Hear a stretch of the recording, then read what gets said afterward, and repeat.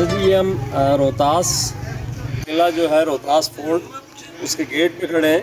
जब आप गेट पे आते हैं तो पार्किंग के साथ ये बोर्ड लगे हुए हैं। एक बोर्ड पे पूरा इंट्रोडक्शन है जो हमने आपको पहले भी सुनाया, ये किला तामीर कैसे हुआ, और फिर ये इसके गेट्स की डिस्क्रिप्शन दी गई है। आगे जाके उर्दू में भी है, लेकिन ये कि इससे पता चलता है कि ये किले के चारों तरफ तो फसील है जो कि होती है, ज़ाहिर है किले का मतलब ये होता है कि वो चारों तरफ से बंद होता है। और इस फसील में कोई 14 गेट दिए गए हैं जो स्टार्ट होते हैं खवास खानी गेट, कश्मीरी गेट, कलाकी गेट, लंगर खानी गेट और शीशी गेट, काबली गेट, शाही गेट, मुद्दे वाला गेट, सुहेल गेट, इसी तरह ये है शाह चांद वाली गेट, सार गेट, आयत वाला गेट, तूला मोरी गेट।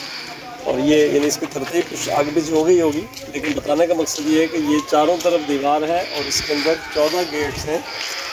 तो और हर गेट की क्योंकि अंदर जाके सूरत हाल ये है कि कहीं डिस्क्रिप्शन नहीं दी गई, इसके अंदर जो है डिस्क्रिप्शन नहीं दी गई कि ना कोई बोर्ड लगे हुए हैं, ना कोई प्लेट्स लगी हुई हैं। तो आप यहीं से पढ़ के अपनी मालूमात की बुनियाद पर, दूसरा तरीका ये है कि आप किसी गाइड के साथ ले लें। मेरा ख्याल 500-400 रुपये वो लेंगे, वो गेट पर ही जो है वो मौजूद होते हैं, तो वो आप को डिटेल उसकी बता देंगे। इस तरफ लेने का सिर्फ ये दिखाना है आपको कि वो एंगल जो है, सूरज गुरूब हो रहा है और बहुत ही खूबसूरत मंजर है। इसकी पिक्चर बना लो बस। बार पे भी बैठे हुए हैं और गालिबन ये एक ड्रामा भी बन रहा है।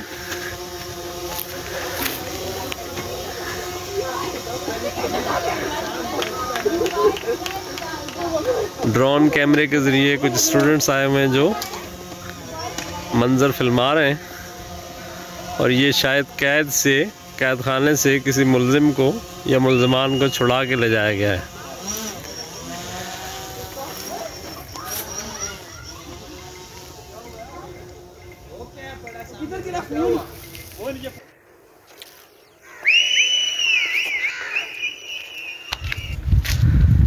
अच्छा जी, इस वक्त हम किला रोहतास के तकरीबन हाईएस्ट पॉइंट पर हैं, सेकंड हाईएस्ट आप कह सकते हैं।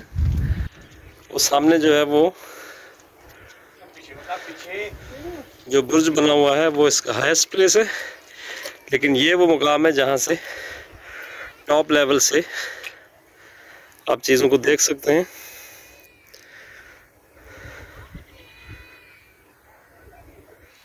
और आगे गहराई इतनी है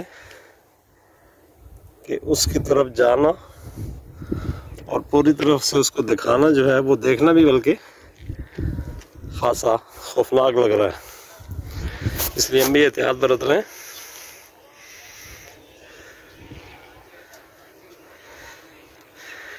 लेकिन जब कभी आपका जेहलम की तरफ आना हो तो आप ज़रूर इस तारीख़ी मुकाम को विज़िट करें। हम आपको एडवाइस यही करेंगे अपने बच्चों को लेके आएँ और उनको तारीख़ से आगाह करें।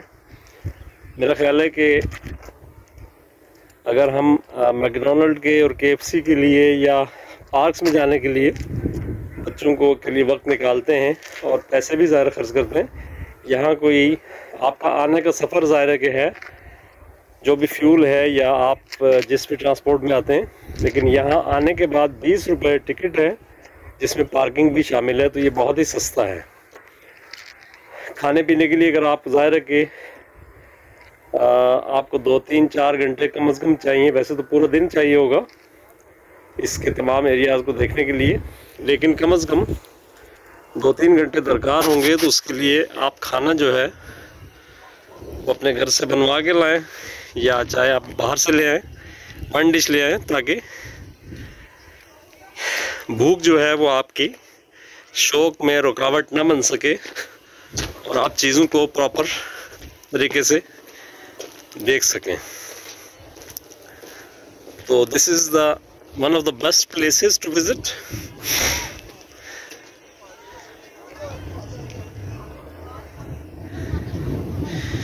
ये हम देख रहे हैं कि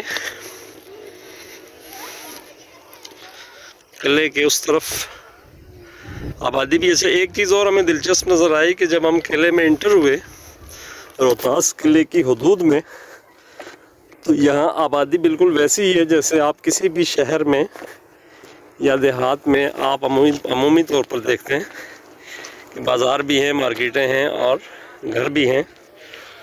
तो लेकिन बहरहाल जो मेन जो फोर्ट का एरिया है वहाँ पे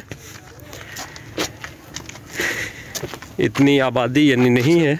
आगे सीढ़ी है सर आगे। अच्छा, तो यहाँ से हमारे साथी ने बताया कि जी आगे जीना नहीं है, तो आगे जाना जो है वो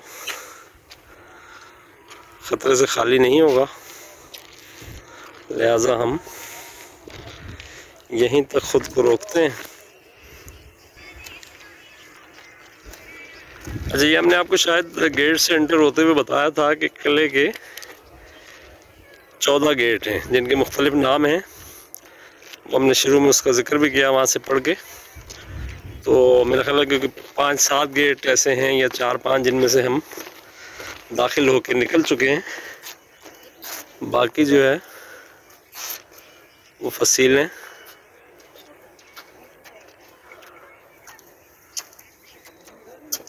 नज़र आ रही हैं।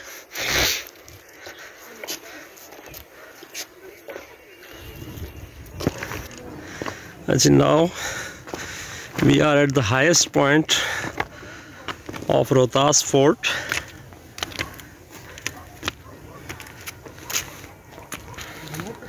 किला रोहतास का ये सबसे बुलंद मुकाम है जहाँ हम इस वक्त मौजूद हैं। लेकिन आप ये देखें, इसमें ये जो बुर्ज बनाया गया है, अल्लाह के फजल से हमारी इंतज़ामिया ने, हमारी गवर्नमेंट ने, हमारे टूरिज़म डिपार्टमेंट ने, जो भी लोग इसके ज़िम्मेदार हैं, एक तो ये कि इसकी दीवारें उखड़ रही हैं, पत्थर बहुत सारे गिर चुके हैं जिनको देखकर खौफ आता है। लेकिन कहीं कोई डिस्क्रिप्शन मौजूद नहीं है, कहीं लिखा नहीं गया।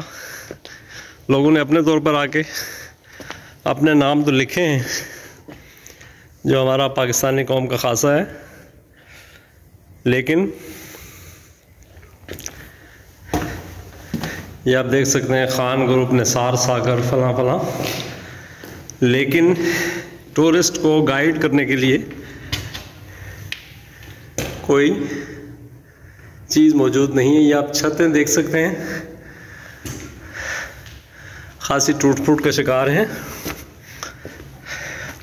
और थोड़ी देर पहले हमने कहा था कि शायद इसको प्रिजर्व किया गया है, लेकिन एज सच कोई ऐसी चीज़ नज़र नहीं आ रही जिसकी बुनियाद पे आप ये कह सकें कि कहीं कोई इसके बचने में या इस तारीख़ी मुकाम के महफूज रहने में हमारी हुकूमत का या इंतज़ामिया का या किसी सरकारी इदारे का कोई रोल है या इन्वर्टेड कॉमास में कोई कसूर है।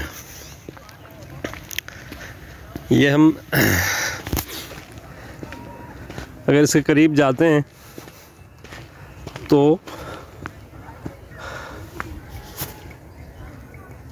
अंदाज़ा होता है कि ये 2 बोर्ड हैं। अच्छा, ये जिसको हम इतनी देर से, ये एक हमारे लिए मिस्ट्री थी कि ये क्या है जब हम दूर से देख रहे थे, लेकिन अब पता चल रहा है कि ये हवेली मान सिंह है। आप ये देखें कि इसका दूसरा हिस्सा, यहाँ भी यकीनन कोई बोर्ड होगा जो उखड़ गया, टूट गया, गिर गया, लेकिन उसको दोबारा लगाने की जहमत नहीं की गई। तो ये हवेली मान सिंह जो है, इसकी डिस्क्रिप्शन यहाँ पे मौजूद है। ये आप देख सकते हैं, ये है हवेली मान सिंह। यहाँ की तहरीर भी खासी शिकस्ता हो जाती है, लेकिन हम पढ़ने की कोशिश करते हैं कि 2 महल हैं, एक सफ़ेद महल और एक काला महल या रानी महल के नाम से इसे पुकारा जाता है। तकमील के बाद सफ़ेद महल यानी वाइट पैलेस और काला महल के बड़े बड़े कमरों को मुख्तलिफ़ किस्म की दीवारी नक्काशी से आरास्ता किया गया, जैसा कि बहुत से मकामात पर इसकी बाक़ियात नज़र आती हैं। वैसे हमने भी देखने की कोशिश की है, कुछ ना कुछ नक्श निगार नज़र आते हैं, लेकिन वो इस कदर बिगड़े हुए हैं और इस कदर शिकस्ता हैं और उनके ऊपर मिट्टी और सेलन जमी हुई है कि वो उनको समझना जो है वो मुश्किल है कि दरहकीकत वो है क्या। अब इन महलात की बाक़ियात में से सिर्फ दो मंजिला ढांचे हैं जो पत्थर के टुकड़ों और जली हुई ईंटों से बने हुए हैं, जिन पर चूने के मसाले से प्लस्तर किया गया था। एक लंबे अरसे से ज़िंदगी और रूह से महरूम ये अज़ीमुश्शान रिहाइशगाह अब सिर्फ अपने माजी का साया है। सफ़ेद महल की कशिश की असल वजह फ़न तामीर का वो अंदाज़ है जो इसके बैरूनी हिस्से में नज़र आता है।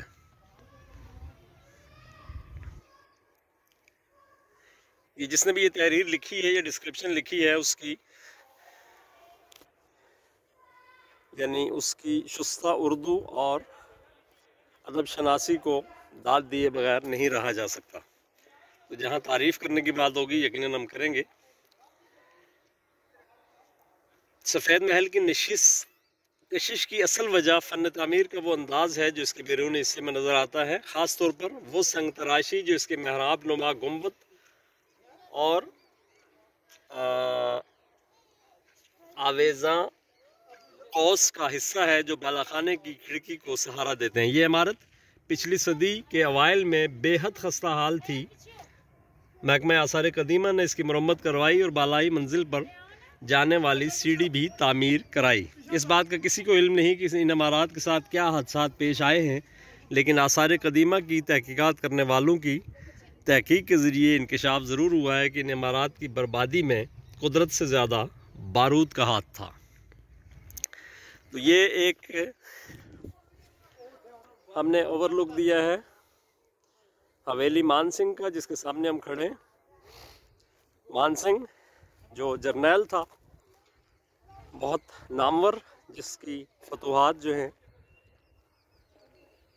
तारीख़ का हिस्सा हैं, और अपने जो यहाँ तैनाती थी उसके 8 बरस के बाद वो यहाँ से दिल्ली चला गया था। और अब हम किला मान सिंह के हवेली मान सिंह के ऊपर के हिस्से में जा रहे हैं। और ये उनके बैठने की जगह है। और ये जो हमने जिक्र किया था कि दीवारों पर नक्श निगार किसी हद तक नजर आ रहे हैं,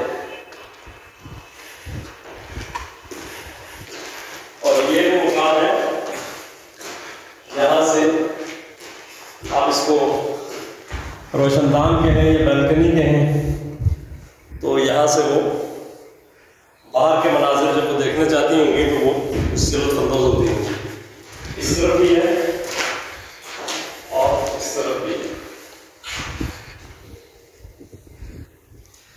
तो अगरचे ये कहा जाता है कि शेरशाह सूरी ने ये महल खालिसतन जंगी मकासद के लिए बनाया था, लेकिन हवेली मान सिंह और ये जो रानी महल है इसके तामीर से और इसका जो तर्ज तामीर है उससे ये अंदाज़ा होता है कि इस बात का ख्याल रखा गया है कि जो लवाजमात हैं एक महल के या हवेली के जो लवाजमात होने चाहिए उनको पूरा करने की कोशिश की गई है मैक्सिमम। तो अब ये फाइनल राउंड है। हम इस वक्त टॉप लेवल पे हैं। ये आपको रानी महल का ऊपर का हिस्सा नज़र आ रहा है, बाला खाना जिसको कहते हैं। बाद में बात करेंगे, सो जाओ। और ये इसकी सीढ़ियाँ नीचे जीना जा रहा है जहाँ से हम ऊपर आए। सामने आपको फसील नज़र आ रही है, चारों तरफ फसील रोहतास किले की। रोहतास किले के वैसे तो बेशुमार हिस्से हैं जिनको कवर करने के लिए शायद कई दिन दरकार हों, लेकिन हम एक इसके हिस्से के एक गेट से एंटर हुए हैं इस स्टेप्स चढ़ने के बाद। और ये गुजरगाह ज़ाहिर है कि यहाँ से जंगी हाथी और बाकी जो माल असबाब होगा वो भी गुजारा जाता होगा। और ये ऊपर के हिस्से में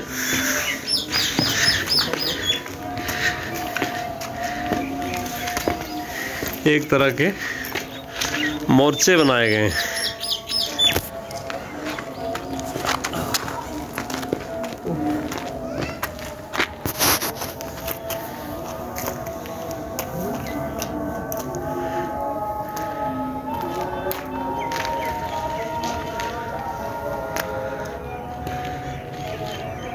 किले की हमारे पास चूँकि टाइम कम था, तकरीबन 1-1.5 घंटे में हमने इसको मैक्सिमम जितना कवर कर सकते थे वो किया है। तो मेरा ख्याल ये है कि जो मेरा अपना ऑब्जर्वेशन है या असेसमेंट है, उसके मुताबिक आपको बेहतर टाइम ये है कि आप धूप के वक्त आएँ, सुबह के वक्त। यानी ये जो ख़ास तौर पर सर्दियों के दिन हैं, इनमें अगर आप सुबह 9 बजे पहुँच सकें तो बहुत अच्छी बात है। 9 बजे से लेके आप 12-1 बजे लंच करें, बच्चों को साथ लेके आएँ, और उसके बाद सेकंड फेज़ में वो थकन उतर जाए, रेस्ट करके आप फिर 4-4:30 बजे तक, तो ये आप पूरा दिन यहाँ पे स्पेंड करेंगे। तो इस की जो यानी सारी जो तारीख़ी पस मंज़र है, जो हवेली इसकी खूबसूरती है, हवेलियाँ हैं, दरवाज़े हैं, फसीले हैं, ज़िंदान है, जो भी इसके हिस्से हैं, उनको आप पूरी तरह देख पाएंगे। Thank you very much.